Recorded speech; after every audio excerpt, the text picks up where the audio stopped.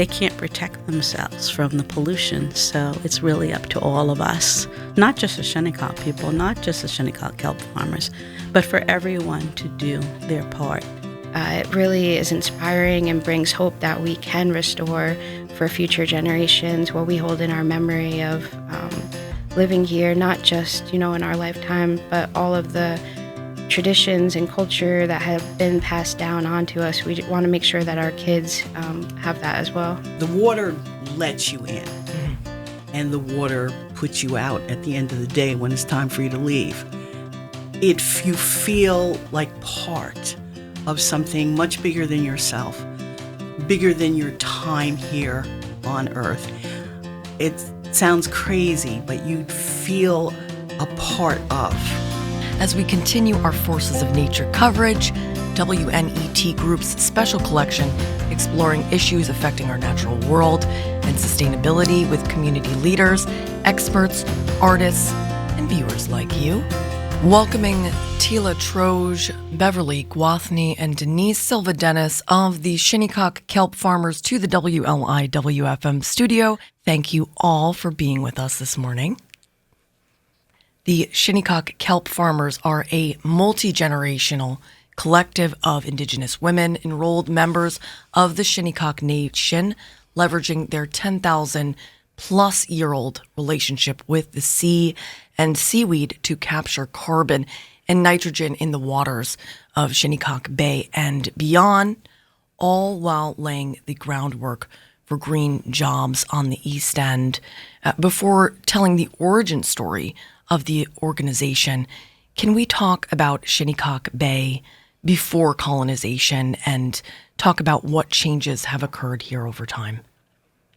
Oh, yes. It's Denise speaking right now, also known as Weedamo from the Shinnecock Nation. Thank you, first of all, for having us today to talk about this most important issue in our hearts about the Shinnecock kelp farmers and the work that we have done. And me as a board member. I'm not actually a farmer myself. But the origins, to go back in time, the sea around us was just pure. It was alive with life, all kinds of life. And the Shinnecock people from this region, we have never left our ancestral land. And like you had said, time immemorial that we've been here. And we've seen over time how the town has allowed people to build their homes so close to the water. And that has led to so many problems. But, before that time, there were always, and still to this day, prayers, thankfulness. This is the season that the whole United States is celebrating being thankful. And our time now is Nanawa. But we always offered prayers to the Creator. We always offered prayers to who we consider our mother. And the sea is part of her. Just like blood in our veins, the sea is like her blood. And it's up to us to always help to keep her healthy. That's really our life's mission. That's what's behind the current kelp farmers as well. But it was just a time of beauty and abundance, not taking too much but enough for everyone to survive. And any sea creatures that were hunted, including the whale, all the way to the wampum quahog shell for food, we would always be thankful to that. And before colonization, there were many, many whales. There were so many whales, and it was the Atlantic right whale that would come close to the shore and made it not as difficult to go after like a larger whale with the original native people, the Shinnecock people who lived here. So we were just always thankful and always saying prayers around those food sources. And with those food sources, and we also say they are our relatives as well, they can't speak for themselves. Right. They can't protect themselves from the pollution. So it's really up to all of us, not just the Shinnecock people, not just the Shinnecock kelp farmers, but for everyone to do their part and to see the world in a different way. Instead of seeing land and sea as a commodity where you have fun, all summer long going into the water for fishing or for crabbing or, getting clams these days, or swimming, trying to swim in it. It's up to us to help so that we don't have blue-green algae growing in our ponds and our lakes and our bays. So it's up to us to all come together. The algal blooms are a focal point for the poor health of our waters in recent years. Anyone who follows the reports coming out from the Gobler's lab, et cetera, and certainly who are out on the water, like Beverly, see these things for themselves. Let's talk about the organization's origin story for the kelp farmers, for those not already familiar with your organization. Yeah, thank you so much for having us. I'm Tila Troge. I'm the director of the Shinnecock Kelp Farmers.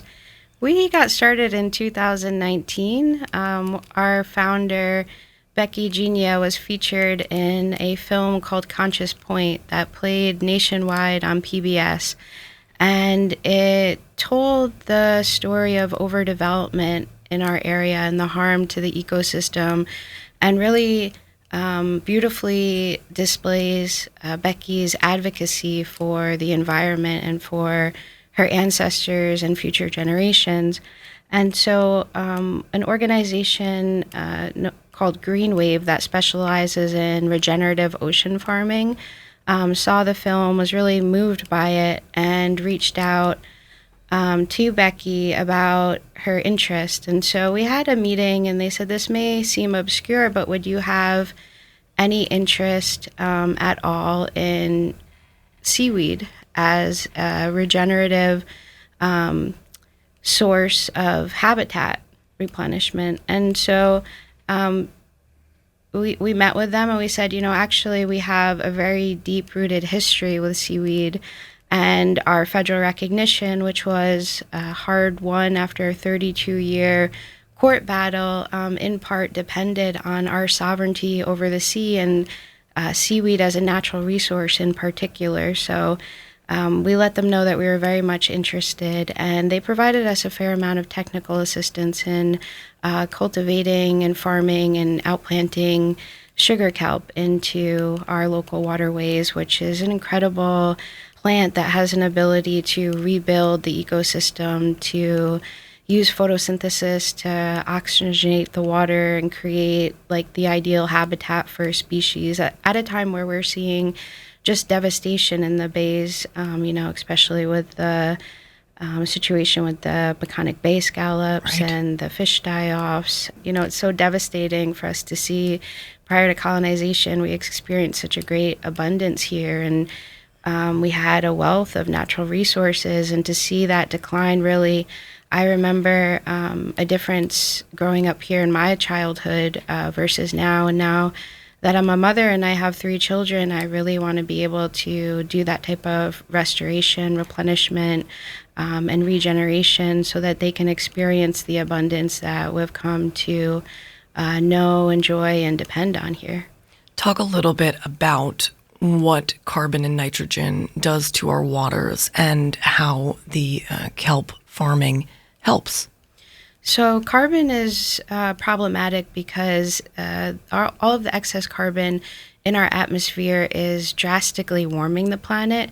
And so we've seen like a 6-degree increase in the water temperature, which is frightening. It's a cause of the die-off of the eelgrass, which is really important for habitat in our area. And there's been a lot of work into that. And so carbon is not good. Nitrogen is really even worse. And as the largest unsewered district in the United States, Suffolk County has a really catastrophic problem. We have way too much nitrogen in the water from human waste, from septic systems. And what happens when you have too much nitrogen in the water, it completely displaces oxygen. And marine life needs oxygen. We all need oxygen. It's needed for life. So that's why you see like fish kill, etc. Exactly. So our seaweed is using the sun and photosynthesis to reintroduce this oxygen, it feeds on nitrogen. So it's kind of the perfect tool for fighting climate change and adapting and mitigating the warming temperatures and the erosion and the saltwater intrusion and all these other kind of coastal problems that we're seeing. The biodiversity that it creates is just incredible, from marine life to shorebirds. It's really been beautiful to witness and be a part of, and it really is inspiring and brings hope that we can restore for future generations what we hold in our memory of living here, not just, in our lifetime, but all of the traditions and culture that have been passed down onto us. We want to make sure that our kids have that as well. Amen. All right. So you expanded the hatchery 10 times about 2 years ago. This is the 6th year, I believe. Let's talk about where the hatchery is now and where the farm is now. Do you mind taking us out onto the waters, Beverly? I know you've been out there. Oh, yes. Yesterday I was out there, and today I'll be back. The hatchery is located on the villa. That's a retreat center. It's a retreat center for the Catholic Church. And the sisters have been And the sisters. big help, right? Very much so. Very much so. The hatchery is there. We have 3 locations for the farm for kelp. One is at the same location in Hampton Bays. The other location is off of Westwoods, which is part of Shinnecock. And the other location is on Shinnecock. Okay. Tell me what it's like out there. They're all different. The 3 couldn't be more different. The surprise to me, this is our first time at Westwoods. And when she talked about die-off, it's shocking how much life there isn't at Westwoods. I don't know how we'll do. This is our first year out planting in that area. The waters are rough. It's cold. It's a very rough site. So we'll see if we could bring some life back to the Westwoods area. The other area in Hampton Bays near the retreat is our biggest location. We do that. We use that location every year. That's we just started out planting. We're about halfway there. We have, maybe today is very nice. Maybe we'll finish there today, and then we'll move on to Shinnecock. Shinnecock is, I don't know how to say it. It's because it's not as developed. It's the most beautiful location. You wind up standing there in awe. And I'm hoping we have a very good crop out in that area. Can you talk a little bit about the change, positive change that you've seen? I know Tila has told me about beginning to see seahorses again, for example. Seahorses, one year we had eels. We put our extra kelp on a line. We wound up with extra. And the way it's, we used tubing initially to start the kelp growing, and we didn't know what would become of the tubing.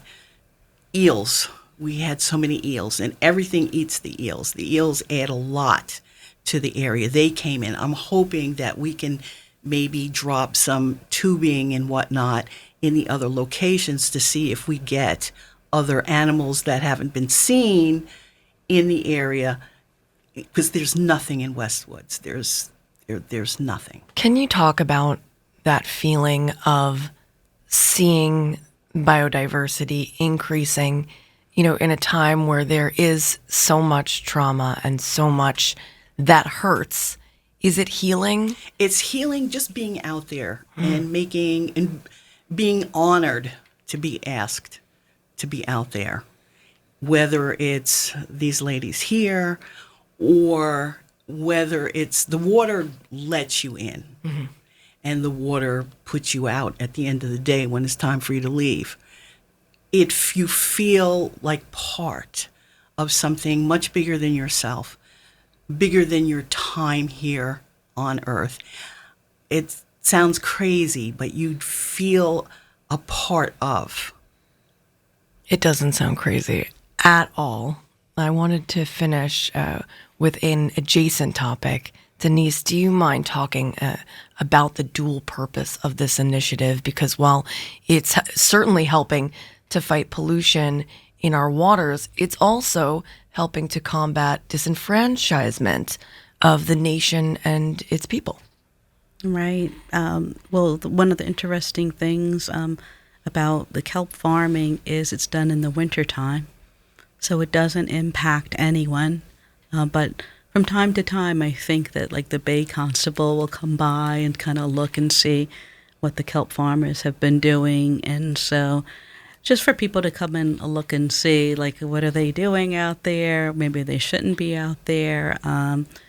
Or why don't they have permits? But we don't need permits because our treaties with the original, we want to say founders. I don't even want to say founders, the invaders, really, of our land and water, said we could always have our hunting and fishing rights. And from time to time, there's a case that comes up where a fisherman from Shinnecock would be out on the water and getting, a certain kind of fish, or maybe it's eels that they're after, and they've been arrested. So that really that goes against the original agreement. I think in the very beginning of colonization, there was more of an understanding that these are the people who are here. We are the ones who took care of the original families, whether they're the Halsey families or the Foster families. They're still around. Their descendants are still here. Some of them are in power for the government. Some of them are not. But we really need people on our side. Fred Thiel was one who was, great advocating for us when it came time for the burials and preserving land. We just need more people who understand our history of welcoming, our history of working together with the original people. And that's not really taught so much in the schools system. And I worked for schools for over 20 years. It's getting better, but we need to deep dive, we're talking about water. We need to deep dive into the history. And really, like Bev was saying, her experience of being on the water, that history, once you go into it, then you feel a part of it. And then you'll feel like whether you are benefiting, because certainly Shinnecock's not benefiting from a lot of the things that are occurring in Southampton. So, I think Tila mentioned about, being so breaking your heart about seeing what's happening with, the houses on the water. And I know Tila has talked time to time about there's no sewer treatment for Southampton. If you're going to have houses on the water, then, you need that. You need the government to step in and do something, spend the money. They have to spend money on the bridges. The bridges are crumbling all around us. So a lot of more care needs to be instituted for everyone, not just for the Shinnecock, but starting with the Shinnecock, because we know how to care for people. We know how to care for the water. We know how to care for the land. And more people need to learn from us and let us take the leadership on that and treat us as a government to government. The kelp farmers aren't part of the nation. The nation is separate. We're independent. We're a 501c3. But we have some words to share to really save the planet, save our natural surroundings. And I remember when my daughter and my son and Tila and Al, when they were very little, and there was a parade in Southampton called the Ragamuffin Parade, and everybody would dress. The Ragamuffin Parade. I think Tila was a princess, and I think Al was a soldier, and Kelly was a lion, and Jeremy was a zebra. And they had a poster. We still have this picture. And they walked through that ragamuffin parade with this poster that said, "Save the planet." So she really is. She is doing what, exactly that. 10,000 year history continuing into the future. The Shinnecock people are here. Very grateful to Denise Silva Dennis, Beverly Guathney, and Tila Troge of the Shinnecock Kelp Farmers joining us here in the WLIWFM studio today, continuing our Forces of Nature coverage, WNET Group's special collection exploring issues affecting our natural world and sustainability with community leaders, experts, artists, and viewers like you.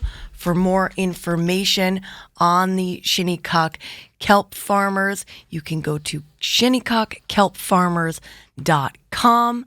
I'm Gianna Volpe, and you, whoever you are out there, you're awesome. And you're listening to Long Island's only local NPR radio station, WLIWFM.